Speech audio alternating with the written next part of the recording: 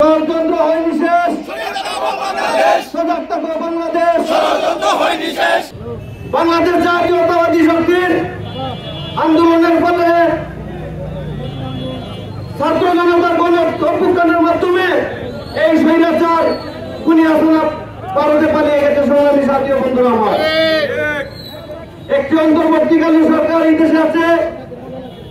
আমাদের দল এই অন্তর্বর্তী সরকারকে সহযোগিতা করতেছে। ইদানিং আপনারা লক্ষ্য করেন একটি নতুন দল হয়েছে, ছোট ভাইয়েরা রাজনীতি করেছে, রাজনীতিতে এসেছে এনসিপি। আমাদের দলের নেতৃবৃন্দ তাদেরকে স্বাগত জানিয়েছে, কিন্তু বড় বড় কথা বললে হবে না। আপনাদেরকে জানিয়ে দিতে চাই, বড় বড় কথা বন্ধ করেন, না হলে জাতীয়তাবাদী যুবদল প্রতিনিধিদের জন্য যথেষ্ট। আরেকটি দল আছে বন্ধুরা, আপনারা জানেন, ওনারা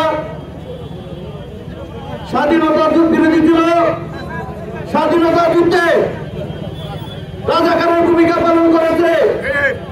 আমাদের মা বোনকে হত্যা করার জন্য তারা হানাদার বাহিনীকে বাড়িতে নিয়ে দিয়েছে। আপনারা সাবধান হয়ে যান। বহুদলীয় গণতন্ত্রের প্রবক্তা, বাংলাদেশকে যিনি ঘোষণার মাধ্যমে স্বাধীন করেছিলেন, শহীদ প্রেসিডেন্ট জিয়াউর রহমানকে নিয়ে অবমাননাকর বক্তব্য প্রদান পায়ের আমার। আমি বলতে চাই, চর্চা গাওয়া কিন্তু মাকরু এবং অবৈধ। এই চর্চা হুজুররা জামাত শিবিরের ইন্ধনে আজকে বাংলাদেশের স্বাধীনতাকে পদদলিত করতেছে ভাইয়ের আমার। তাই আমরা বলতে চাই, এই দু একটি দল সকল চলে টাকা রোজগার এবং মানুষকে ইন্ধন দেওয়া ছাড়া তাদের বিকল্প আর কোনো কাজ নেই ভাইয়ের আমার। আমরা বলতে চাই, এই চর্চা হুজুর, আপনি ছিলেন আওয়ামী লীগের দালাল। 17 বছর বিএনপি রক্ত দিয়েছে। কেন দিয়েছে? ভোটের অধিকারের জন্য, গণতন্ত্রের জন্য।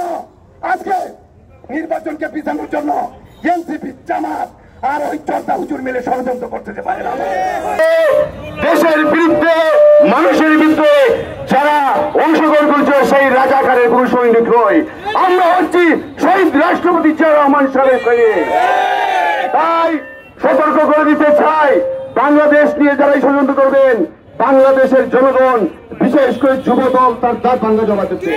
18 কোটি মানুষের নয়নের মনে বাংলাদেশের ভবিষ্যৎ রাষ্ট্রনায়ক তারেক রহমানের বিরুদ্ধে যে কটূক্তি এই জামাত শিবির করেছে, আমি আজকের এই জেলা যুব দলের এই সমাবেশ থেকে বলতে চাই, আর যদি আপনারা দৃষ্টতা দেখাইবার চেষ্টা করেন তাহলে বাংলাদেশ জাতীয়তাবাদী যুব দল আপনাদেরকে দাঁত ভাঙ্গা জবাব দেবে। জামাত শিবির রাজাকার, এই মুহূর্তে বাংলাদেশ